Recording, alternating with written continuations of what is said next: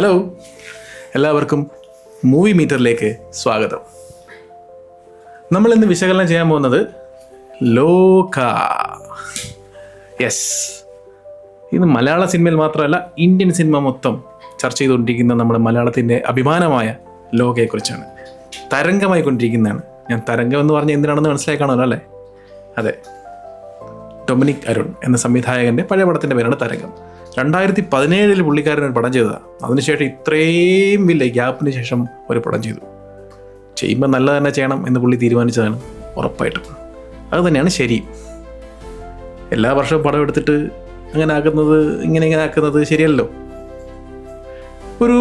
നല്ല ഒരു പ്രൊഡ്യൂസർ ഒരു കണ്ടന്റിനെ മനസ്സിലാക്കുകയും അത് വിശ്വസിച്ച് ഒരു സംവിധായകനെ ഏൽപ്പിക്കുകയും ചെയ്യുന്നതിലൂടെ ഉണ്ടാകുന്ന ഒരു മനോഹരമായ പ്രോഡക്റ്റാണ് ലോക. നല്ലൊരു വിഷണറി ആയിട്ടുള്ള സബ്ജക്റ്റ് തന്നെയാണ്. ഒരുപാട് ഫാൻറ്റസികളും ഒരുപാട് ഇമാജിനേഷനുകളും എല്ലാം അതിനകത്തുണ്ട്. എല്ലാ പ്രായത്തിലുള്ളവർക്ക് ഇഷ്ടപ്പെടുന്ന തരത്തിലുള്ള സംഭവമാണ് അത് അവർ സെറ്റ് ചെയ്ത് വെച്ചിരിക്കുന്നത്. നമ്മൾ പണ്ട് തൊട്ടേ കേട്ട് ഓർത്തു വച്ചിരിക്കുന്ന ഒരുപാട് പേരുകളുണ്ട്. യക്ഷി, ചാത്തൻ, മർദ, ഒടിയൻ. അതിനെ എല്ലാത്തിനെയും കൂടെ ചേർത്ത് മറ്റൊരു ആംഗിളിലൂടെ അത് കാണിച്ചിരിക്കുകയാണ്. അമേസിങ് ആയിട്ടുള്ള ഒരു ആംഗിളിലൂടെ കാണിച്ചിരിക്കുകയാണ്. ആക്ച്വലി വേറൊരു തലത്തിലേക്ക് എത്തിച്ചിരിക്കുകയാണ് ഈ പേരുകളെല്ലാം. ഭയത്തോടു കൂടി നമ്മൾ ഓർക്കുന്ന ആ പേരുകളെല്ലാം വേറൊരു തലത്തിലേക്ക് എത്തിച്ചിരിക്കുകയാണ്.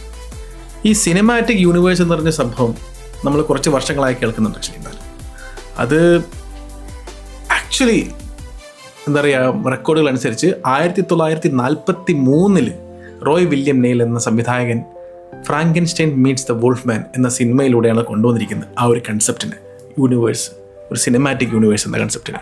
അതിന് മുന്നേ ഉണ്ടായിരുന്ന 1930 തൊട്ടുള്ള കുറച്ച് എന്താ പറയുക ഇൻഡിപെൻഡൻറ്റ് അല്ലെങ്കിൽ ഡിഫറെൻ്റ് ആയിട്ടുള്ള ഹൊറർ സിനിമകളെ, യൂണിവേഴ്സൽ മോൺസ്റ്റേഴ്സ്, അങ്ങനെ അതിനെ എല്ലാവരെയും കൂടെ ചേർത്തുകൊണ്ടാണ് അവരത് ചെയ്തിരിക്കുന്നത് അമേരിക്കയിൽ, ഹോളിവുഡിൽ. അതിനുശേഷം ഹോളിവുഡിൽ ഒരുപാട് സിനിമാറ്റിക് യൂണിവേഴ്സ് സിനിമകൾ വന്നിട്ടുണ്ട്. ഇന്ത്യയിൽ അത് തുടങ്ങിയത് പറയുകയാണെങ്കിൽ 2011 എന്താ പറയുക, രോഹിത് ഷെട്ടി ബോളിവുഡിൽ ആണ് തുടങ്ങിയത് സിംഗം സിനിമ വഴി. അത് അങ്ങനെ ഒരു കോപ്പ് യൂണിവേഴ്സ് എന്ന രീതിയിലാണ് ഇപ്പോൾ അറിയപ്പെടുന്നത്. സിംഗം, അത് കഴിഞ്ഞ് സിംബ വന്നു, പിന്നെ സൂര്യവംശി വന്നു, അങ്ങനെ സിനിമകൾ വന്ന ഒരു യൂണിവേഴ്സായി മാറിയിട്ടുണ്ട്. പിന്നെ നമ്മുടെ സൗത്ത് ഫിലിം ഇൻഡസ്ട്രിയിൽ പറയുകയാണെങ്കിൽ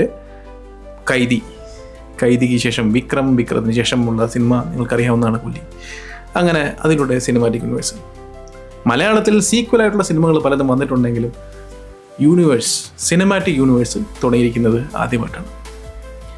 അത് ഇത്തരത്തിലൊരു കിഡിലം സബ്ജക്റ്റ് കൊണ്ടാണ് തുടങ്ങിയിരിക്കുന്നത്. അതിന് hats of two the team, hats of two the entire team for making such A wonderful film actually. പിന്നെ ഈ സിനിമയുടെ ഒരു എന്താ പറയുക, ഒരു മെയിൻ പ്രത്യേകത എന്ന് പറയുന്നത് എനിക്ക് തോന്നിയിട്ടുള്ളതെന്ന് പറഞ്ഞു കഴിഞ്ഞാൽ അത് ഈ സിനിമയുടെ മാത്രമല്ല, നമ്മുടെ മലയാള ഫിലിം ഇൻഡസ്ട്രിയെ കുറിച്ച് പൊതുവേ പുറത്തറിയപ്പെടുന്ന ഒരു കാര്യം തന്നെയാണ് കണ്ടന്റ് ഈസ് ദ കിങ്. അത് വീണ്ടും വീണ്ടും വീണ്ടും നമ്മൾ തെളിയിച്ചുകൊണ്ടിരിക്കുകയാണ്. അതിൻ്റെ അർത്ഥം ബാക്കിയുള്ള സ്ഥലങ്ങളിൽ കണ്ടന്റ് ഇല്ല എന്നല്ല, പക്ഷെ കണ്ടന്റിൽ കൂടുതൽ സ്പെസിഫൈ ചെയ്ത്, കണ്ടന്റിൽ കൂടുതൽ അടിവര ഇട്ടുകൊണ്ട് നമ്മൾ സബ്ജക്റ്റുകളെ അവതരിപ്പിക്കുന്ന ഒരു രീതിയാണ്. അതിനെക്കുറിച്ചാണ് ഞാൻ പറയുന്നത്. നമ്മുടെ ക്രിയേറ്റിവിറ്റിയും ആ കണ്ടന്റിൻ്റെ ശക്തിയും ഒരുമിച്ച് ചേരുമ്പോൾ ഉണ്ടല്ലോ, ബഡ്ജറ്റ് വലിയ കാര്യമായിട്ട് വരുന്നില്ല. ബഡ്ജറ്റ് ഇത്ര കുറഞ്ഞാലും അതിനെ ഒരു ബുദ്ധിപരമായ രീതിയിൽ അവർ അവതരിപ്പിക്കുകയാണെങ്കിൽ അതിൻ്റെ ഭംഗിയൊന്നും പോകാതെ ആ ബഡ്ജറ്റിൽ നിന്നുകൊണ്ട് തന്നെ ആ മനോഹാരിത നമുക്ക് കാണാൻ സാധിക്കുന്നതാണ്. ഇപ്പോൾ ഈ ലോകയുടെ കാര്യത്തിൽ എടുക്കുകയാണെങ്കിലും അതിലൊരുപാട് ഗ്രാഫിക്സുകളൊക്കെ യൂസ് ചെയ്തിട്ടുണ്ട്. അതിൻ്റെ ലൈറ്റിങ്ങുകൾ ശ്രദ്ധിക്കുകയാണെങ്കിൽ നൈലോൺ ലൈറ്റുകളൊക്കെ വളരെ മനോഹരമായിട്ട് യൂസ് ചെയ്തിട്ടുണ്ട്. അതിൻ്റെ ആ ഒരു കളറിങ്ങുകളൊക്കെ നല്ല ഒരു വേൾഡ് ക്ലാസ് സിനിമയുടെ കളറിങ് വന്നിരിക്കുന്നത് നമുക്ക് കാണാൻ സാധിക്കുന്നതാണ്. അതിൻ്റെ ആ ഒരു ഗ്രാഫിക്സൊക്കെ ആണെങ്കിലും അതിൻ്റെ അവരുടെ ഒരു ക്രിയേറ്റിവിറ്റി എങ്ങനെയാണ് മുന്നോട്ട് വെച്ചിരിക്കുന്നതെന്ന് പറഞ്ഞു കഴിഞ്ഞാൽ അതിൻ്റെ പ്ലാനിങ്ങിലാണ്.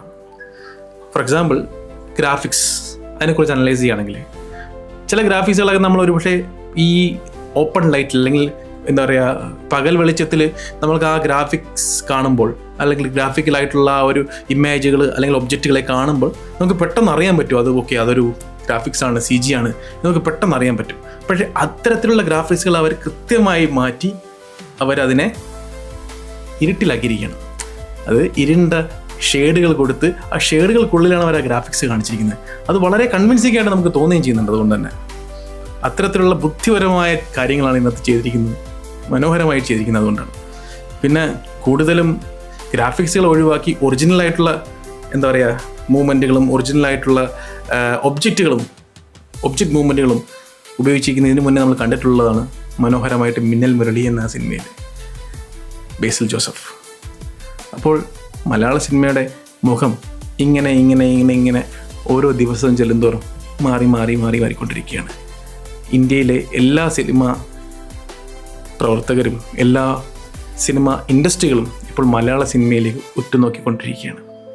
പല ഇൻഡസ്ട്രികളിൽ നിന്നുള്ള പ്രൊഡ്യൂസർമാരെല്ലാം മലയാള സിനിമയിൽ സിനിമകൾ പ്രൊഡ്യൂസ് ചെയ്യാൻ വേണ്ടിയുള്ള താല്പര്യത്തോടെ മുന്നോട്ട് വന്നിട്ടുണ്ട്. ഇതിനെല്ലാത്തിനും അവസാനം പറയേണ്ടത് മലയാളികളുടെ ആ ഒരു മനസ്സ് തന്നെയാണ്. ഏത് രീതിയിലാണ് കണ്ടൻറ്റുകളെ സ്വീകരിക്കുന്നത് എന്ന ഒരു മനസ്സിനെയാണ് പറയാനുള്ളത്, ഉറപ്പായും. കാരണം മസാലകളും ഗ്ലാമറസ് ആയിട്ടുള്ള സീക്വൻസുകളും സീൻസുകളും അതൊന്നും അല്ല. അതുണ്ടാക്കാൻ വേണ്ടിയിട്ട് സാഹചര്യങ്ങൾ ഉണ്ടാക്കുന്ന ഒരുപാട് പടങ്ങൾ നമ്മൾ കണ്ടിട്ടുണ്ട് പല ഭാഷകളിലും. പക്ഷേ മലയാളികളുടെ ആ ഒരു അക്സെപ്റ്റൻസിന് ഇച്ചിരി പാടാണ് എന്നാണ് എല്ലാ സിനിമ ഇൻഡസ്ട്രികളിലുള്ള ആളുകളും പറയുന്നത്. മലയാളികൾ സ്വീകരിക്കുകയാണെങ്കിൽ അത് നല്ലത് തന്നെയാണ്. കാരണം അത്രയ്ക്ക് സ്ട്രിക്റ്റാണ് നമ്മൾ. സോ ലോകയുടെ പോസിറ്റീവ് കാര്യങ്ങളാണ് ഇപ്പോൾ പറഞ്ഞത്. നെഗറ്റീവ് സൈഡ് എന്ന് പറയാൻ വേണ്ടി അങ്ങനെ പ്രത്യേകിച്ച് പറയേണ്ട കാര്യങ്ങളൊന്നും ഇല്ല എന്നാണ് ഞാൻ വിശ്വസിക്കുന്നത്. പിന്നെ കഥയുടെ കാര്യത്തിൽ ചില കൺഫ്യൂഷൻസൊക്കെ ചില സ്ഥലങ്ങളിലൊക്കെ ഉണ്ടായിട്ടുണ്ട്. പിന്നെ അതിൻ്റെ നമുക്ക് എന്താ പറയുക ആദ്യം തന്നെ നമുക്ക് മനസ്സിലാക്കാൻ പറ്റുന്നുണ്ട് ആരാണ് വില്ലൻ, നമുക്കതിൻ്റെ അവസാനം എങ്ങനെ ആയിരിക്കുമെന്ന് ഏകദേശം ഒരു പ്രഡിക്ഷൻസ് ഒക്കെ കിട്ടുന്നുണ്ട് ആക്ച്വലി.